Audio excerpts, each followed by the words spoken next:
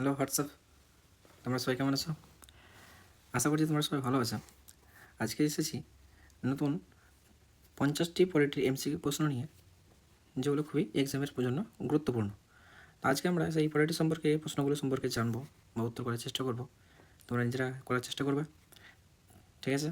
চলো আমরা শুরু করি। Let's start.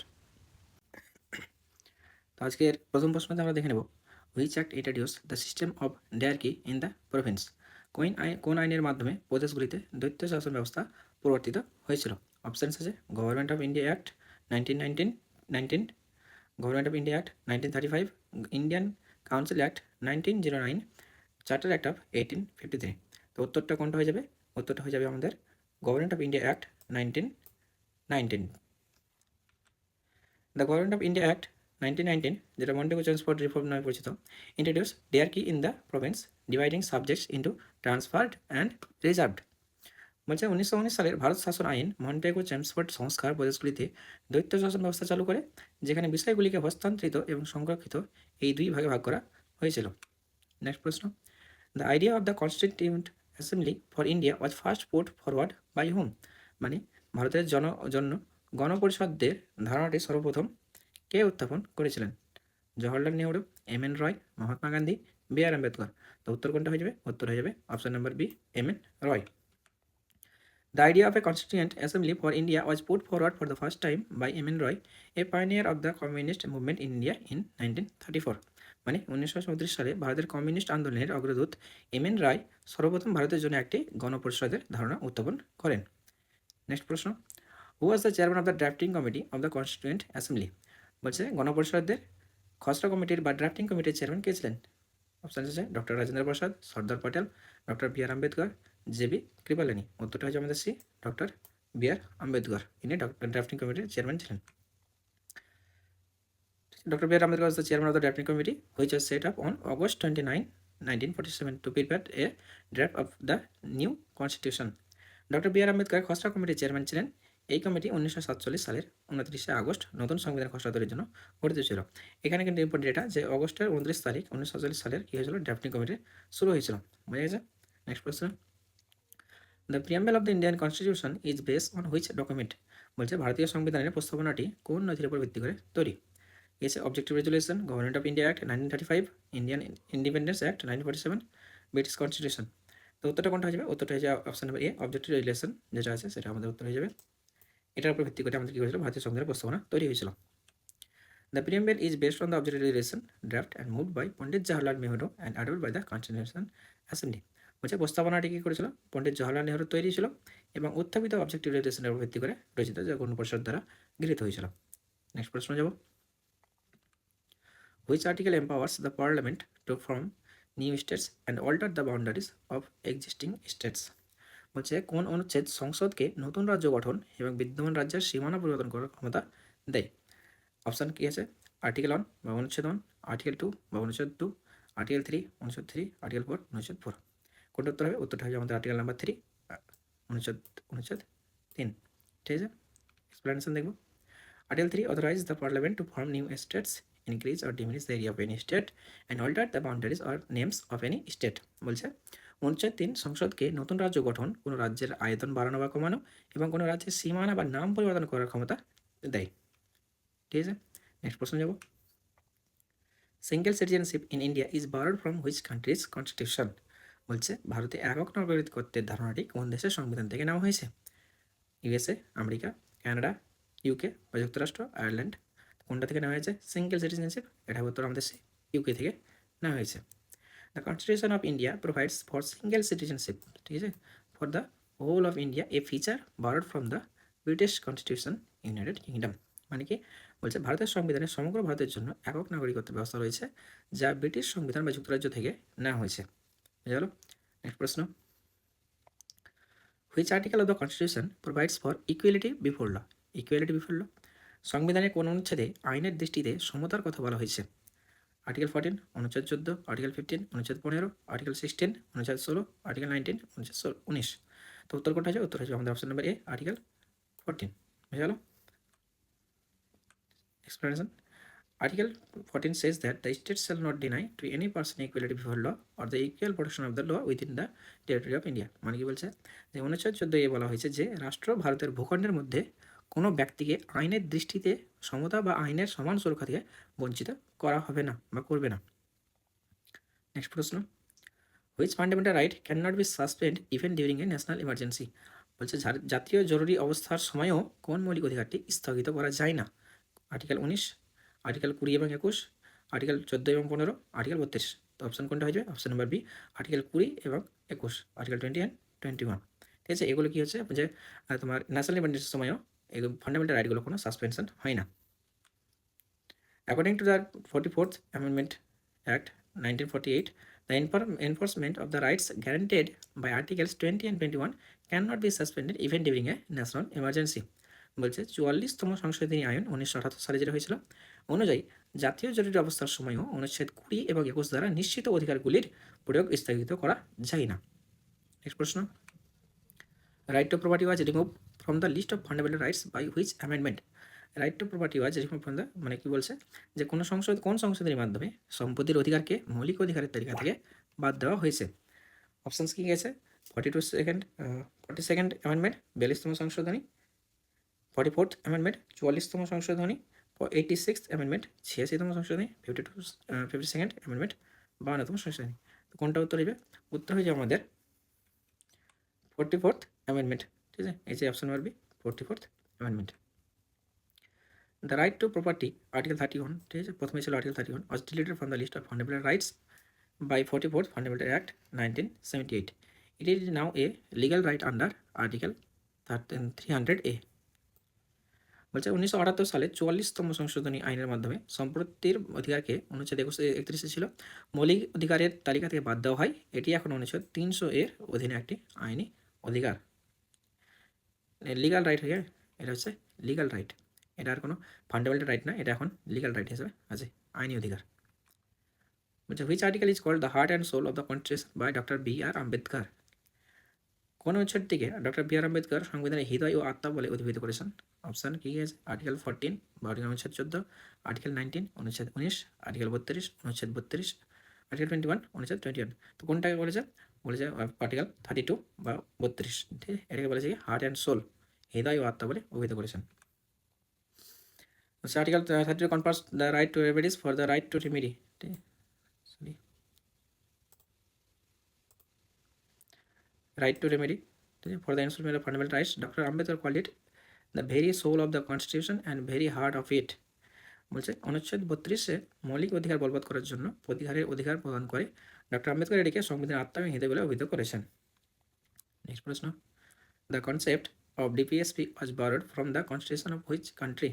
বলছে রাষ্ট্র পরিচালনা নির্দেশমূলক নীতির ধারণাটি কোন দেশের সংবিধান থেকে নেওয়া হয়েছে? USA, America, Canada, Ireland, Australia. তো ডিপিএসপি কোথা থেকে নেওয়া হয়েছে? DPSP option number C, Ireland থেকে নেওয়া হয়েছে। The concept of DPSP was borrowed from the Irish constitution, ঠিক আছে, which had copied from the Spanish constitution. DPSP ধারণাটি আইরিশ সংবিধান থেকে নেওয়া হয়েছে, যা এটি স্প্যানিশ সংবিধান থেকে গ্রহণ করেছিল। নেক্সট প্রশ্ন, which article directs the state to separate the judiciary from the executive? কোন অনুচ্ছেদ রাষ্ট্রকে বিচার বিভাগকে শাসন বিভাগ থেকে পৃথক করার নির্দেশ দেয়? Article 40, article 44, article 50, article 51। তো কোনটা হবে উত্তর? ঠিক আছে, উত্তর হবে আর্টিকেল নাম্বার 50।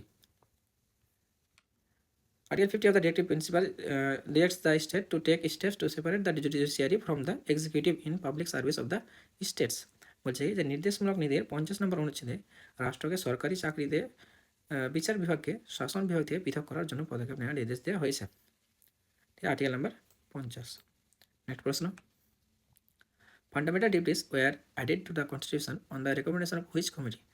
কোন কমিটির সুপারিশে সংবিধানে মৌলিক কর্তব্যগুলি যুক্ত করা হয়েছিল? ভার্মা কমিটি, সরকারিয়া কমিটি, সরণ সিং কমিটি, মন্ডল কমিশন। উত্তরটা কোনটা হবে? উত্তরটা হবে option number C, Swaran Singh committee. The fundamental duties were added to the constitution by 42nd amendment act 1976, ঠিক আছে, based on the recommendation of the Swaran Singh committee. বলছে কি যে সরণ সিং কমিটির সুপারিশের ভিত্তিতে 1976 সালের 42তম সংশোধনী আইনের মাধ্যমে সংবিধানে মৌলিক কর্তব্যগুলি যুক্ত করা হয়েছিল। নেক্সট প্রশ্ন, what is the minimum age required to become the president of India? বলছে ভারতের রাষ্ট্রপতি হওয়ার জন্য ন্যূনতম কত বয়স প্রয়োজন? 30 বছর, 35 বছর, 25 বছর, 40 বছর? তো উত্তর কত হবে? উত্তরটা হবে বি, 35 ইয়ার্স বা 35 বছর।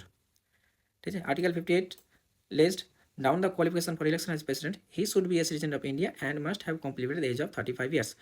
বলছে কি অনুচ্ছেদ 58 এ রাষ্ট্রপতি নির্বাচনের যোগ্যতা নির্ধারণ করা হয়েছে, তাকে ভারতের নাগরিক হতে হবে এবং অবশ্যই 35 বছর বয়স পূর্ণ করতে হবে। নেক্সট প্রশ্ন, the president can be impeach for violation of the constitution under which article? বলছে কি যে সংবিধান লঙ্ঘনের জন্য কোন অনুচ্ছেদের অধীনে রাষ্ট্রপতিকে ইমপিচ বা অপসারণ করা হয়? ঠিক আছে। তো কোন অনুচ্ছেদের অধীনে রাষ্ট্রপতিকে ইমপিচ বা অপসারণ করা যায়? Article 52 52, article 61 61, article 72 72, article 74 74। তো কোনটা হবে উত্তর? তো উত্তরটা হবে আমাদের আর্টিকেল 61। ঠিক আছে। Article 61 lays down the procedure for the impeachment কি অপসারণ of the president. The only ground for impeachment is violation of the constitution. ঠিক আছে। বলছে কি যে অনুচ্ছেদে 61-তে রাষ্ট্রপতিকে অপসারণ বা ইমপিচমেন্টের পদ্ধতি বর্ণনা করা হয়েছে। ইমপিচমেন্ট একমাত্র কারণ হলো সংবিধান লঙ্ঘন। যদি তিনি কোনো সংবিধানকে লঙ্ঘন করেন তবেই তাকে কী করা হবে? এই যে অপসারণের দ্বারা আর্টিকেল 61 দ্বারা অপসারণ করা যাবে। নেক্সট প্রশ্ন, who is the ex officio chairman of the Rajya Sabha? রাজ্যসভার পদাধিকারকে বলে চেয়ারম্যান কে হন? Option, the president, the prime minister, the vice president, speaker. রাজ্যসভার পদাধিকার চেয়ারম্যান কে হন? রাজ্যসভা কী হবে? Option number C, the vice president, উপরাষ্ট্রপতি। The vice president acts as the ex officio chairman of the Rajya Sabha under article 64। ঠিক আছে। আর্টিকেল 64 নম্বরে এটা বলা হয়েছে, he presides over the meetings of the upper house. বলছি কি যে 1964 অনুযায়ী উপরাষ্ট্রপতি রাজ্যসভার পদাধিকার বলে চেয়ারম্যান হিসেবে কাজ করেন। তিনি উচ্চ কক্ষের সভায় সভাপতিত্ব করেন। ঠিক আছে, উচ্চ কক্ষের সভায় সভাপতিত্ব করেন। ঠিক আছে, আপার হাউস। নেক্সট প্রশ্ন, what is the maximum gap allowed between two session of parliament? বলছে কি যে সংসদের দুটি অধিবেশনের মধ্যে সর্বোচ্চ কত ব্যবধান অনুমোদিত?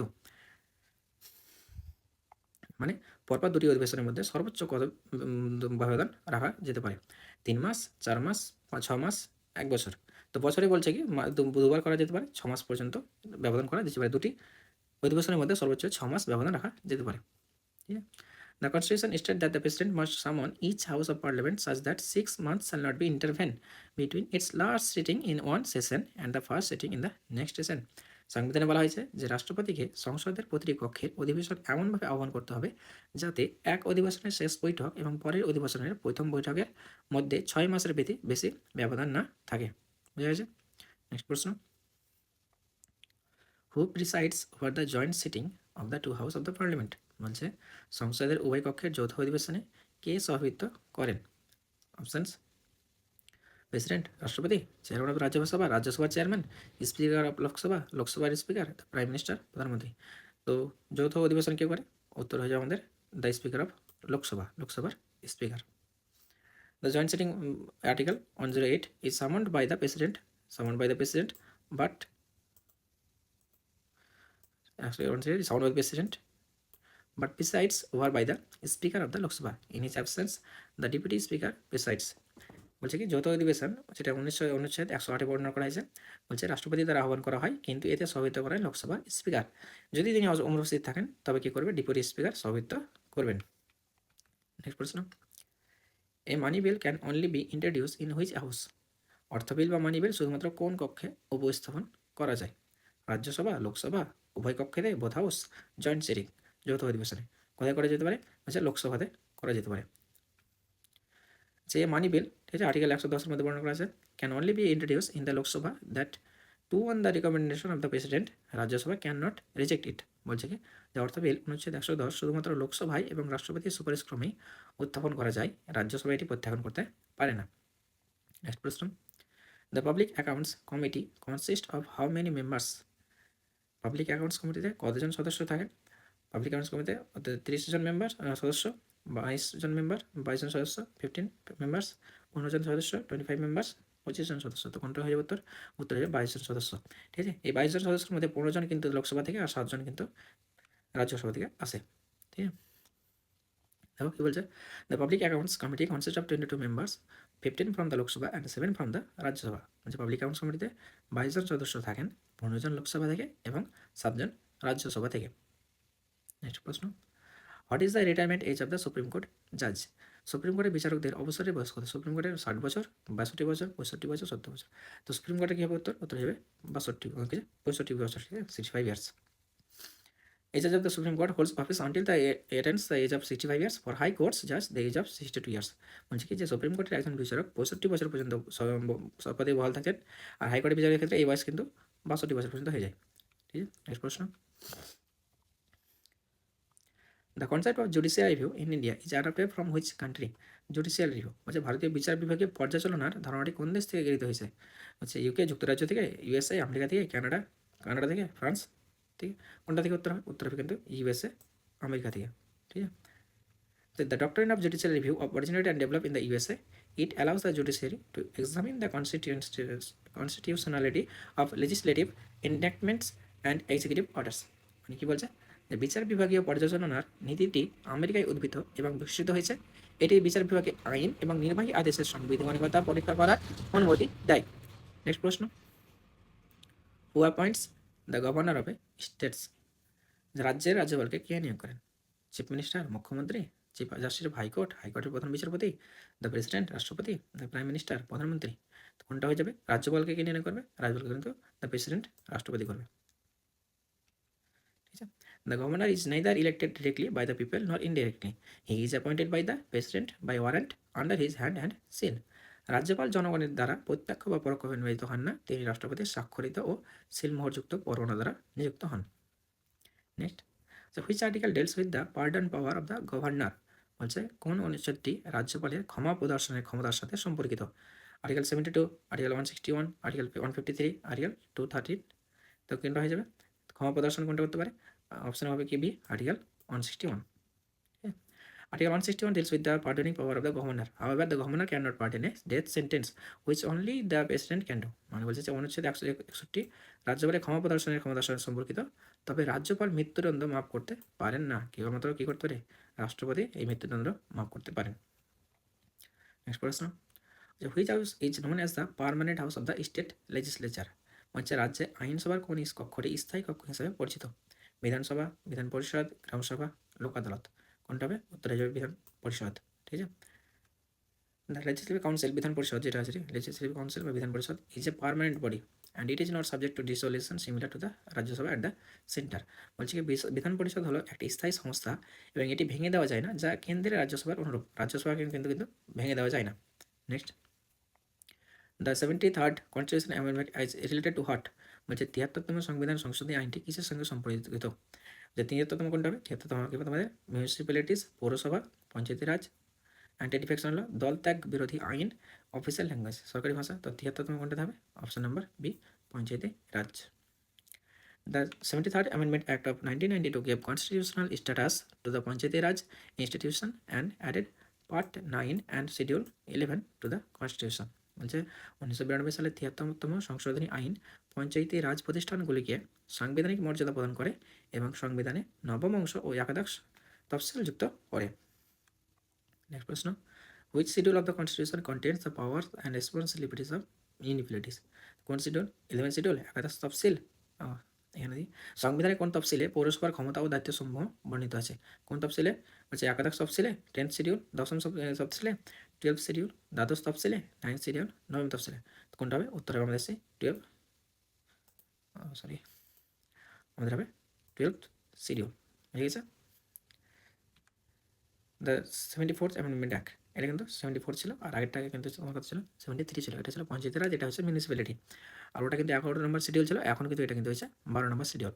আচ্ছা, which contains 18 functional items under the purview of municipalities? বলছে কি 74তম সংশোধনী আইন সংবিধানে দ্বাদশ তফসিল যুক্ত করে, যার মধ্যে পৌরসভার আওতাধীন 18টি কার্যকরী বিষয় রয়েছে। নেক্সট প্রশ্ন, বলছে election commission of India acts under which article? Election commission বলছে ভারতের নির্বাচন কমিশন কোন অনুচ্ছেদের অধীনে কাজ করে? আর্টিকেল 320, অনুচ্ছেদ 320, আর্টিকেল 324, অনুচ্ছেদ 324, আর্টিকেল 280, অনুচ্ছেদ 280, আর্টিকেল 315, অনুচ্ছেদ 315। তো কোনটা হবে উত্তর? উত্তর হয়ে যাবে কিন্তু article 324, option number B. Article 324 vests the power of superintendence, direction and control of election to parliament, state legislatures and office of president and vice president in the election commission. বলছে অনুচ্ছেদ 324 অনুযায়ী সংসদ, রাজ্য আইনসভা এবং রাষ্ট্রপতি ও উপরাষ্ট্রপতিদের পদের নির্বাচনী তত্ত্বাবধান, নির্দেশনা ও নিয়ন্ত্রণের ক্ষমতা নির্বাচন কমিশনের উপর ন্যস্ত। তারপরে কি বলছে যে chairman and the members of the UPSC are appointed by home? বলছে ইউপিএসসি চেয়ারম্যান এবং সদস্যদের কে নিয়োগ করেন? দ্য প্রাইম মিনিস্টার, প্রধানমন্ত্রী, দ্য হোম মিনিস্টার, স্বরাষ্ট্রমন্ত্রী, দ্য প্রেসিডেন্ট, রাষ্ট্রপতি, দ্য চিফ জাস্টিস, প্রধান বিচারপতি। তো ইউপিএসসি চেয়ারম্যান কে নিয়োগ করবে? The president, option number C. The chairman and other members of the Union Public Service Commission (UPSC) are appointed by the President of India under Article 3 or 16। আচ্ছা, 316 অনুযায়ী UPSC এর chairman এবং অন্যান্য সদস্যরা ভারতের রাষ্ট্রপতি দ্বারা নিযুক্ত হন। বলছে finance commission is constituted by the president every dash years. বলছে কি অর্থ কমিশন রাষ্ট্রপতি দ্বারা প্রতি কত বছর অন্তর গঠিত হয়? অর্থ কমিশন 3 বছর, 4 বছর, 5 বছর, 6 বছর। তো উত্তরটা কত হবে? উত্তরটা হচ্ছে আমাদের সে 5 বছরের জন্য। বলছে article 218 provides for a finance commission as a quasi judicial body. It is constituted by the president of India every 5th year or at a such earlier time as he considers necessary। বলছে অনুচ্ছেদ 280 অনুযায়ী অর্থ commission, ঠিক আছে, finance commission একটি আধা বিচার বিভাগীয় সমস্যা। এটি ভারতের রাষ্ট্রপতি দ্বারা প্রতি 5ম বছরে বা প্রয়োজনে তার আগেও গঠিত হতে পারে। নেক্সট প্রশ্ন, which schedule of the Indian constitution list the recognize language? ভারতীয় সংবিধানের কোন তফসিলে স্বীকৃত ভাষাগুলির তালিকা রয়েছে? অপশান কি আছে? 7th শিডিউল, 7ম তফসিল, 8th শিডিউল, 8ম তফসিল, 9th শিডিউল, 9ম তফসিল, 10th শিডিউল, 10ম তফসিল। তো কোনটা উত্তর হবে? কী বলেছে যে স্বীকৃত ভাষা, তাহলে কী উত্তর হবে আমাদের 8th শিডিউল, 8ম তফসিল। The 8th schedule to the constitution consists of 22 languages recognized by the constitution. Originally it had 14 language। বলছে সংবিধানের 8ম তফসিলে সংবিধান দ্বারা গৃহীত 22টি ভাষা রয়েছে, যা মূলত 14টি ভাষা ছিল। নেক্সট প্রশ্ন, the anti defection law is content in which schedule? বলছে দলত্যাগ বিরোধী আইন কোন তফসিলের অন্তর্ভুক্ত? 10th schedule, 11th schedule, 7th schedule, 5th schedule. বলছে কি 10ম তফসিল, 11th তফসিল, 7ম তফসিল, 5ম তফসিল। তো উত্তরটা কী হয়ে যাবে? উত্তরটা হয়ে যাবে আমাদের কি 10th শিডিউল। বুঝা গেল? The 52nd Amendment Act of the 1985 added the 10th schedule to the Constitution. It lays down the process by which legislature may be disqualified on grounds of defection। বলছে 1945 সালে 52তম সংশোধনী আইন সংবিধানে 10ম তফসিল যুক্ত করা হয়েছে। এতে দলত্যাগের কারণে বিধায়ীদের অযোগ্য ঘোষণা করার প্রক্রিয়া বর্ণনা করা হয়েছে। নেক্সট প্রশ্ন, who is known as the first law officer of the government of India? বলছে ভারত সরকারের প্রথম আইন কর্মকর্তা হিসাবে কে পরিচিত? Option chief justice of India, ভারতের প্রধান বিচারপতি, attorney general, solicitor general, law minister, আইনমন্ত্রী। তো কোনটা হবে প্রথম আইন কর্মকর্তা? ঠিক আছে, উত্তরটা হবে কিন্তু আমাদের option number B, attorney general. Attorney general সম্পর্কে আমরা আর্টিকেল 76 দেখতে পাবো। Is the highest law officer in the country. He is appointed by the president to give advice to the government of India upon legal matters. বলছে attorney general 1976 হলেন দেশের সর্বোচ্চ আইন কর্মকর্তা, যে আইনি বিষয়ে সরকারকে পরামর্শ দেওয়ার জন্য রাষ্ট্রপতি তাকে নিয়োগ করেন। নেক্সট প্রশ্ন, the power to amend the constitution is given to the parliament under which article? কী বলছে যে কোন অনুচ্ছেদের অধীনে সংসদকে সংবিধান সংশোধন করার ক্ষমতা দেওয়া হয়েছে? বলছে কোনটা কী হবে? আর্টিকেল 368, অনুচ্ছেদ 368, আর্টিকেল 360, অনুচ্ছেদ 360, আর্টিকেল 370, অনুচ্ছেদ 370, আর্টিকেল 390, অনুচ্ছেদ 390। ঠিক আছে, এখানে কিন্তু সংবিধান সংশোধন করার ক্ষমতা কিন্তু আর্টিকেল 368 আছে। ঠিক আছে, উত্তর নম্বর অপশানটা হবে এ। Article 368 in Part 20 of the Constitution deals with the power of Parliament to amend the Constitution and its procedure। বলছে সংবিধানের 20তম অংশের 368 নম্বর অনুচ্ছেদে সংবিধান সংশোধন করার ক্ষমতা এবং এর প্রক্রিয়া নিয়ে আলোচনা করা হয়েছে। নেক্সট প্রশ্ন, which writ is issued by a court to a public official asking him to perform his official duty? ঠিক আছে, বলছে কি যে কোন রিটটি আদালত একজন সরকারি কর্মকর্তাকে তার দায়িত্ব পালনের নির্দেশ দিতে জারি করে? তো কোনটা হবে? Habeas corpus, mandamus, warranto, certiorari. তো উত্তরটা হবে আমাদেরকে mandamus, option number B. Mandamus means we command. It is command used by the court to public official asking him to perform his official duties that he has failed or refused to perform। মানে mandamus এর আক্ষরিক অর্থ হচ্ছে আমরা আদেশ দিচ্ছি। এটি আদালত কর্তৃক একজন সরকারি কর্মকর্তাকে তার ব্যর্থ বা অস্বীকার করা দায়িত্ব পালন করার জন্য আদেশ দেওয়া হয়ে থাকে। নেক্সট প্রশ্ন, the national emergency was declared for the first time in India in which year? ভারতে প্রথমবারের মতো জাতীয় জরুরি ব্যবস্থা কোন সালে ঘোষণা করা হয়েছিল? প্রথমবারের মতো বলেছে। অপশান কি 1962, 1965, 1970, 1975? অপশান কোনটা হয়ে যাবে? অপশান হবে 1962। ঠিক আছে, প্রথমবারের মতো এমার্জেন্সি ডিক্লেয়ার করা হয়েছিল। The first national emergency article 352 was declared in October 1962। ঠিক আছে, on account of Chinese aggregation in the NEFA, north eastern frontier agency, Arunachal Pradesh. বুঝছে 1962 সালের অক্টোবর মাসে নেফা অরুণাচল প্রদেশে চীনা অগ্রাসনে কারণে 352 নম্বর অনুচ্ছেদের অধীনে প্রথম জাতীয় জরুরি অবস্থা ঘোষণা করেছিল। এখান থেকে কিন্তু দেখতে পাচ্ছ 352 ন্যাশনাল ইমার্জেন্সির বলা হয়েছে এতে। Who appoints the comptroller and auditor general, CAG যেটা বলা হয়, অফ ইন্ডিয়া, যে ভারতের কম্পট্রোলার অ্যান্ড অডিটর জেনারেল কে নিয়োগ করেন? কে নিয়োগ করেন? দ্য প্রাইম মিনিস্টার, প্রধানমন্ত্রী, দ্য প্রেসিডেন্ট, রাষ্ট্রপতি, দ্য ফাইন্যান্স মিনিস্টার, অর্থমন্ত্রী, public accounts committee. Public accounts committee কোনটা উত্তরটা হবে কিন্তু আমাদের অপশন হবে the president. The CAG is appointed by the President of India by a warrant under his hand and seal, Article 148. তো CAG সম্পর্কে আমরা কোথায় জানতে পারবো? যে 148 নম্বর অনুচ্ছেদ আছে সেটা জানতে পারবো। He is the guardian of the public purse. ঠিক আছে, মানে সে যে ভারতের রাষ্ট্রপতি দ্বারা তারা স্বাক্ষরিত ও সিলমোহরযুক্ত পরোয়ানা দ্বারা নিযুক্ত হন, তিনি সরকারি কোষাগারের অভিভাবক। ঠিক আছে, তিনি সরকারি কোষাগারের অভিভাবক, ক্যাগ। নেক্সট প্রশ্ন, which constitutional amendment reduce the voting age from 21 to 18 years? বলছে কোন সংবিধান সংশোধনীর মাধ্যমে ভোটাধিকার বয়স 21 থেকে কমিয়ে 18 বছর করা হয়েছে? ঠিক আছে, 42nd অ্যামেন্ডমেন্ট 42তম সংশোধনী, 44th অ্যামেন্ডমেন্ট 44তম সংশোধনী, 61st অ্যামেন্ডমেন্ট 61তম, 73rd অ্যামেন্ডমেন্ট 73তম সংশোধনী। তো উত্তরটা কোনটা যাবে? 21 থেকে 18। তাহলে কি উত্তরটা হবে আমাদের সেই 61 নম্বর অনুচ্ছেদ। 61st Constitutional Amendment Act of 1988 reduced the voting age from the 21 years to 18 years for the Lok Sabha and the Legislative Assembly election. বলছি কি 1988 সালের 61তম সংবিধান সংশোধনী আইন লোকসভা বিধানসভার জন্য ভোটাধিকার বয়স কিন্তু 21 থেকে 18 করেছে। প্রশ্ন, how many members can be nominated to the Lok Sabha by the president from the Anglo Indian community? ঠিক আছে, বলছে কি অ্যাংলো ইন্ডিয়ান সম্প্রদায় থেকে রাষ্ট্রপতি লোকসভায় কতজন সংসদকে সদস্যকে মনোনীত করতে পারেন? এখন কি বলছে যে এই বিধান কিন্তু এখন বন্ধ। অ্যাংলো ইন্ডিয়ান সম্প্রদায় থেকে রাষ্ট্রপতি কতজন সদস্যকে মনোনীত করতে পারেন? 2, 4, 12, 1। অপশনগুলো কী আছে দেখেছো? তো উত্তরটা কী হবে? উত্তরটা হবে এ, অপশন 2, দুইজনকে কিন্তু মনোনীত করতে পারতেন। ঠিক আছে, earlier Article 331 empowered the president to nominate 2 members from the Anglo-Indian Committee. However, the 104th Amendment Act 2019 sees this reservation. বলছে পূর্বে অনুচ্ছেদ 331 নম্বর রাষ্ট্রপতিকে অ্যাংলো ইন্ডিয়ান সম্প্রদায় থেকে 2জন সদস্যকে মনোনীত করার ক্ষমতা দিয়েছিল, তবে 104 নম্বর সংশোধনী আইনে 2019 এই সংরক্ষণ কিন্তু বন্ধ করে দেওয়া হয়েছে। প্রশ্ন, the term of the Lok Sabha is normally how many years? যে লোকসভার মেয়াদ সাধারণত কত বছর হয়ে থাকে? 4 বছর, 5 বছর, 6 বছর, পার্মানেন্ট বা স্থায়ী। কোনটা বলছে? উত্তর কী হবে? লোকসভা কিন্তু 5 বছরের জন্য হয়ে থাকে। The normal term of the Lok Sabha is 5 years from the date of this first meeting and after the general election after which it automatically dissolve. বলছে কি সাধারণ নির্বাচনের পর প্রথম বৈঠকের তারিখ থেকে লোকসভার সাধারণ মেয়াদ কিন্তু 5 বছর, এরপর এটি স্বয়ংক্রিয়ভাবে ভেঙে যায়। Which article deals with the establishment of the GST council? GST council প্রতিষ্ঠার বিষয়টি কোন অনুচ্ছেদের সাথে সম্পর্কিত? আর্টিকেল 279A, অনুচ্ছেদ 279A, আর্টিকেল 269A, অনুচ্ছেদ 269A, আর্টিকেল 280, অনুচ্ছেদ 280, আর্টিকেল 300A, অনুচ্ছেদ 300। ঠিক আছে, এখানে কোনটা উত্তর হবে? উত্তরটা হবে কিন্তু আমাদের option number A, article 279A। The 101st Amendment Act empowered the President to constitute a GST Council under Article 279A. It is a joint forum of the center and the state. ঠিক আছে, central state. আজকে 101তম সংশোধনী আইন রাষ্ট্রপতিকে অনুচ্ছেদ 279 এর অধীনে একটি জিএসটি কাউন্সিল গঠন করার ক্ষমতা দিয়েছে। এটি কেন্দ্র এবং রাজ্যগুলির একটি যৌথ ফোরাম। নেক্সট প্রশ্ন, who act as the channel of communication between the president and the council of minister? কী বলছে যে রাষ্ট্রপতি এবং মন্ত্রী পরিষদদের মধ্যে যোগাযোগের মাধ্যম হিসেবে কে কাজ করেন? Speaker, vice president, prime minister, cabinet secretary. তো কে করেন? উত্তরটা হয়ে যাবে কিন্তু আমাদের প্রাইম মিনিস্টার বা প্রধানমন্ত্রী।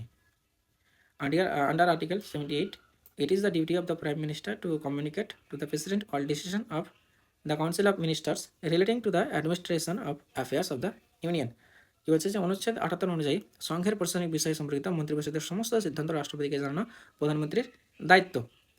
নেক্সট প্রশ্ন, the 0 hour in the Indian parliament start at what time? মানে ভারতীয় সংসদে 0 hour কখন শুরু হয়? 11 AM, 12 noon, দুপুর 12টা, দুপুর 1টা, 10টা AM, সকাল 10টা। কোনটা উত্তর হয়ে যাবে? উত্তর হয়ে যাবে কিন্তু আমাদের অপশন নাম্বার বি, 12, দুপুর 12। The 0 hour starts immediately after the question hour and lasts until the agenda for the day is taken up. It typically starts at 12 noon. কি বলছে যে প্রশ্নকাল বা কোয়েশ্চেন আওয়ারের ঠিক পরেই 0 hour শুরু হয় এবং দিনের কর্মসূচি নেওয়া পর্যন্ত চলে। এটি সাধারণত দুপুর 12টায় শুরু হয়ে থাকে। নেক্সট প্রশ্ন, তো who administers the oath of the chief justice of a high court? যা হাইকোর্টের প্রধান বিচারপতিকে কে শপথ বাক্য পালন করান? হাইকোর্টের ক্ষেত্রে কিন্তু দ্য প্রেসিডেন্ট রাষ্ট্রপতি হবে না, the chief justice of India ভারতের প্রধান বিচারপতি এটা হবে না, দ্য গভর্নর রাজ্যপাল, এটা কিন্তু উত্তর হয়ে যাবে। ঠিক আছে, যে হাইকোর্টের প্রধান বিচারপতি কিন্তু গভর্নর রাজ্যপাল শপথ বাক্য পাঠ করান। Though to the judge of a high court, including the chief justice, is administered by the governor of the respected respective states. বলছে হাইকোর্টের বিচারকদের প্রধান বিচারপতি সহ শপথবাক্য পাঠ করেন কিন্তু সংশ্লিষ্ট রাজ্যের রাজ্যপাল। নেক্সট প্রশ্ন, which state has the largest number of seats in the Lok Sabha? যে লোকসভায় কোন রাজ্যের আসন সংখ্যা সবচেয়ে বেশি হবে? যার জনসংখ্যা সবচেয়ে বেশি তারই কিন্তু আসন সংখ্যা বেশি হয়। তো এখানে কি আছে অপশন? মহারাষ্ট্র, ওয়েস্ট বেঙ্গল, পশ্চিমবঙ্গ, উত্তরপ্রদেশ, বিহার। উত্তরটা কিন্তু কি হয়ে যাবে? উত্তরটা হবে কিন্তু আমাদের উত্তরপ্রদেশ হয়ে যাবে। ঠিক আছে, Uttar Pradesh has the largest representation in the Lok Sabha with 80 seats owing to its high population. আচ্ছা, বলছে কি যে জনসংখ্যা বেশি হওয়ার কারণে লোকসভায় উত্তরপ্রদেশের প্রতিনিধিত্ব সবচেয়ে বেশি, যার আসন সংখ্যা 80। নেক্সট প্রশ্ন, the Sarkaria commission was appointed to review relation between. যে সরকারিয়া কমিশন কাদের মধ্যে সম্পর্ক পর্যালোচনার জন্য নিযুক্ত হয়েছিল? যে লেজিসলেচার অ্যান্ড এক্সিকিউটিভ, আইনসভা ও শাসন বিভাগ, সেন্টার অ্যান্ড স্টেট, কেন্দ্র ও রাজ্য, এক্সিকিউটিভ অ্যান্ড জুডিশিয়ারি, শাসন বিভাগ ও বিচার বিভাগ, ইন্ডিয়া অ্যান্ড পাকিস্তান, ভারত ও পাকিস্তান। তো কাদের মধ্যে পর্যালোচনার জন্য নিযুক্ত হয়েছিল? উত্তরটা হয়ে যাবে সেন্টার অ্যান্ড স্টেট, কেন্দ্র ও রাজ্য। The Sarkaria Commission was set up in 1983 by the central government to examine the central state relationship on various portfolios। যে কেন্দ্র রাজ্য সম্পর্কের বিভিন্ন দিক থেকে পরীক্ষা করার জন্য 1983 সালে কেন্দ্রীয় সরকার সরকারিয়া কমিশন গঠন করেছিল। নেক্সট প্রশ্ন, under which article can be supreme court issues Ritz? কোন অনুচ্ছেদের অধীনে সুপ্রিম কোর্ট রিট জারি করতে পারে? অপশন, আর্টিকেল 32, অনুচ্ছেদ 32, আর্টিকেল 226, অনুচ্ছেদ 226, আর্টিকেল 131, অনুচ্ছেদ 131, আর্টিকেল 143, অনুচ্ছেদ 143। তো রিট কোনটা হবে? Option number A, article 32। The Supreme Court can issue writ under Article 32 for enforcement of fundamental rights. High courts issue writs under কিন্তু আর্টিকেল 226। যে মৌলিক অধিকার বলবৎ করার জন্য সুপ্রিম কোর্ট অনুচ্ছেদ 32-এর অধীনে রিট জারি করতে পারে। বলছেন কি যে হাইকোর্ট কিন্তু অনুচ্ছেদ 226-এর অধীনে রিট জারি করে। ঠিক আছে, এটা খুব ইম্পর্টেন্ট, এটাও ইম্পর্টেন্ট, কিন্তু এটার সঙ্গে তার এটাও কিন্তু একটু ইম্পর্টেন্ট আছে। নেক্সট প্রশ্ন, the idea of concurrent list in the Indian constitution is borrowed from. বলছে ভারতীয় সংবিধানের যৌথ তালিকা বা কনকারেন্ট লিস্টের ধারণাটি কোথা থেকে নেওয়া হয়েছে? Canada, Australia, America, Russia. তো কোনটা হবে? উত্তর হবে কিন্তু অপশন নাম্বার বি, অস্ট্রেলিয়া। ঠিক আছে, the concept of concurrent list items on which both centre and state can make laws was borrowed from the Australian constitution. কি বলছে যে যৌথ তালিকার ধারণাটি যে বিষয়গুলির উপর কেন্দ্র ও রাজ্য উভয়ই আইন তৈরি করতে পারে, ঠিক আছে, অস্ট্রেলিয়ার কিন্তু সংবিধান থেকে নেওয়া হয়েছে। নেক্সট প্রশ্ন, who decides whether a bill is a money bill or not? বলছে কোনো বিল অর্থ বিল কিনা তা কে সিদ্ধান্ত নেবে? দ্য প্রেসিডেন্ট, রাষ্ট্রপতি, দ্য প্রাইম মিনিস্টার, প্রধানমন্ত্রী, দ্য স্পিকার অফ লোকসভা, লোকসভার স্পিকার, দ্য ফাইন্যান্স মিনিস্টার, অর্থমন্ত্রী। কে নেবে? উত্তরটা হবে কিন্তু the speaker of the Lok Sabha. Article 110 states that if any question arise whether a bill is money bill or not, the decision of the speaker of the Lok Sabha therein shall be final। বলছে অনুচ্ছেদ 110 subclause 3-এ বলা হয়েছে যে কোনো বিল অর্থ বিল কিনা সে বিষয়ে কোনো প্রশ্ন উঠলে লোকসভার স্পিকারের সিদ্ধান্ত কিন্তু চূড়ান্ত হিসাবে গণ্য হবে। নেক্সট প্রশ্ন, which part of the constitution is known as the Magna কার্টা of India? বলছে সংবিধানের কোন অংশটি ভারতের ম্যাগনা কার্টা নামে পরিচিত? পার্ট 2 দ্বিতীয় অংশ, পার্ট 3 তৃতীয় অংশ, পার্ট 4 চতুর্থ অংশ, পার্ট 5 পঞ্চম অংশ। উত্তরটা হয়ে যাবে কিন্তু আমাদের পার্ট 3 তৃতীয় অংশ।